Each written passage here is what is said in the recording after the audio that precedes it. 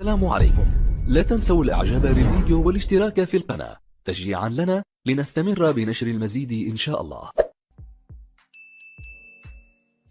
يمكن الكلام ده متأخر شوية، بس ماتش الأهلي والزمالك كان فيه احتواء تحكيمي كبير. يمكن النتيجة وفوز الأهلي غطى على الموضوع ده وما خدش حقه. يعني في 4 حالات شبه بعض بنفس المنطق بنفس الحكم الكابتن محمود البنا. الأولى والتانية شد من تيشيرت لحسين الشحات ودفع بالايد داخل منطقة الجزاء، مرة قدام الزمالك المباراة اللي فاتت، ومرة قدام بيراميدز في السوبر في الامارات. كابتن محمود البنا شاف انهم احتكاك طبيعي.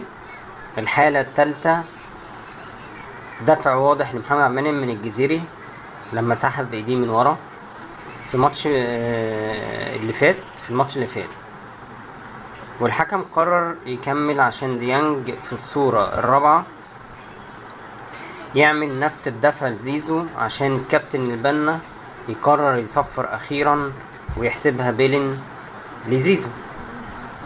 يعني في كل الحالات دي ما صفرش غير مرة واحدة بس، والمرة دي او المرة اللي صفر فيها كانت لصالح زيزو، اي لصالح الزمالك.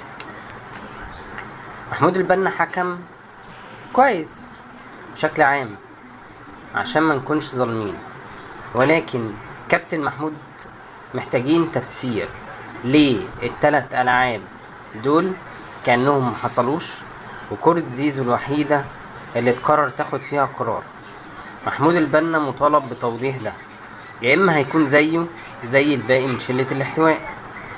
بالمناسبة الحالات دي في مباريات احنا زي ما قلنا كسبناها، يعني مش بنشتكي عشان خسرنا ولا حاجة، لكن في النهاية ده حقي حتى لو كنت كسبان.